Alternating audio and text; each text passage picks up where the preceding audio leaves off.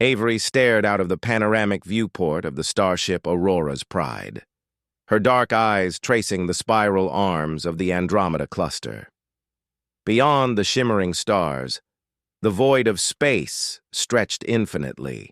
Yet for the first time in centuries, humanity's place in the galaxy felt dangerously fragile and tantalizingly powerful. Beside her, Ezekiel tightened his grip on the ship's rail. "You feel that, don't you?" he said, voice low, almost reverent. "After all this time, they're afraid of us." Avery nodded, her thoughts drifting back to the message that had come through just hours before. A holographic transmission from the High Council of the Galactic Assembly flickered before her, an urgent plea, a desperate entreaty. Humanity, once exiled for its unpredictability, for its unorthodox methods and sheer audacity, was now the galaxy's last hope against an enemy that not even the Council's combined fleets could defeat. The memory of exile was still raw. Humanity had been a bright spark in the galaxy, bold, curious, and irrepressibly inventive. They had reached out, built alliances, and ventured where no other species dared. But their ambition, their refusal to bow to protocol, had terrified the Council. Centuries ago, they had voted unanimously. Humanity was to be exiled, forced to live in isolation on the edge of known space. Now, centuries later, the galaxy trembled. Ezekiel broke the silence. "Do you think they'll really welcome us back?"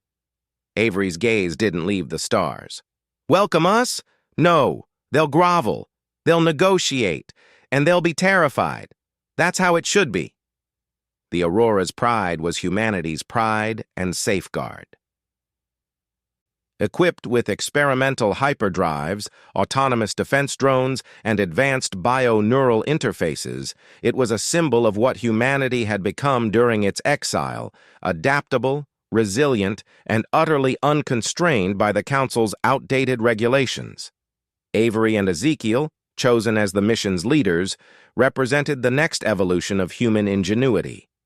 Their destination, the core worlds, the very heart of the Galactic Assembly, where the Council had convened in panic after the appearance of a colossal interdimensional entity known only as the Nihil. The Nihil devoured stars and bent space-time, leaving only death and silence in its wake. Even the most ancient races, those that had outlasted millennia, had faltered in its presence. Humanity's exile had forced them to innovate. They had developed energy manipulation technology, faster-than-light tactical systems, and strategies that other species could not fathom. Solutions born from necessity, from the relentless human drive to survive and thrive against all odds. Now, they were the galaxy's only hope. Avery tapped a sequence into the ship's console. Holographic schematics of the Nihil appeared, projected mid-air in complex rotating algorithms. "The Council doesn't know this," she said, her voice steady. "But our plan doesn't just involve fighting it. We're going to make it see us coming." Ezekiel raised an eyebrow. "See us?" "Yes. Humanity is unique. Our neural signatures, our adaptability, they resonate differently in the quantum lattice of space-time. The Nihil reacts to us in ways no other species triggers. If we can manipulate our presence, we can guide it into the trap we've set." The Council would not have believed it. They never believed humans could innovate without strict oversight, without their constant interference.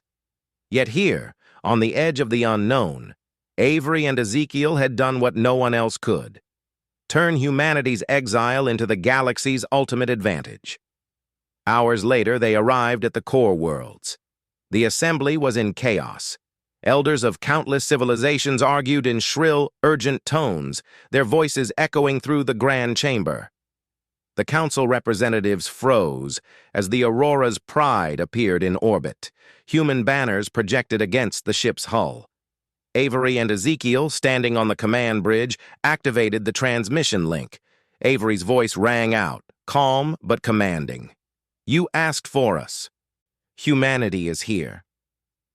Murmurs of astonishment swept through the chamber.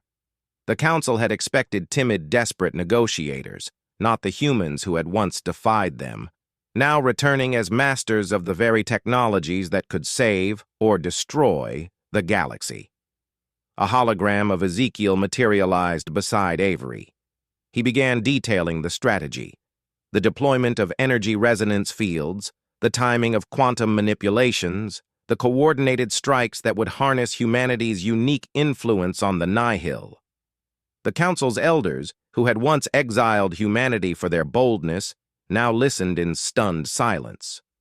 One of the eldest representatives, a tall crystalline being named Valor, finally spoke.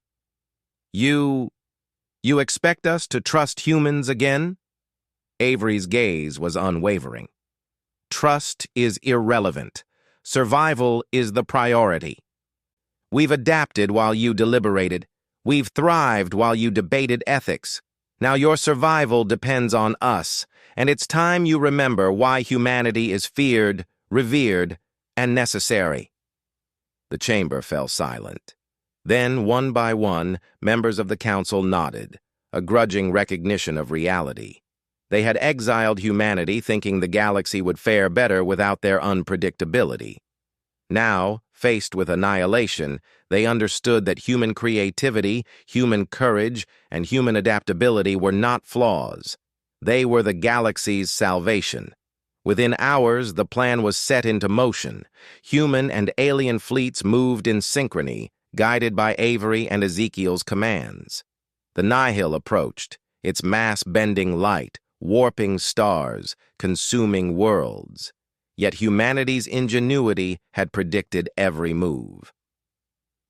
With precision strikes and gravitational manipulation, they lured the entity into the containment field. The galaxy watched as a force that had obliterated civilizations met its match.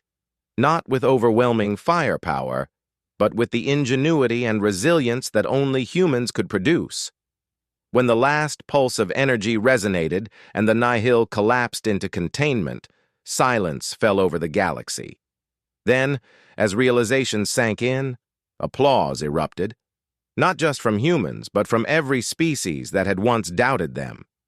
Avery and Ezekiel stood together on the bridge of the Aurora's Pride, watching the celebrations below. "They'll never exile us again," Ezekiel said, a smile breaking across his face. Avery shook her head, her eyes still on the stars. "Perhaps, but they'll remember why they ever feared us." Humanity isn't just a member of the galaxy. We're its reckoning, its hope, and its future. And so, after centuries of exile, humanity returned, not as subjects to the Council, but as the saviors of the galaxy. The very same species that had been cast out was now indispensable. In every corner of space, the legend of humanity's ingenuity spread, a story that would echo for millennia, that when the galaxy needed courage, innovation, and unyielding spirit, it turned to the humans, and Avery and Ezekiel were at the forefront, guiding it all.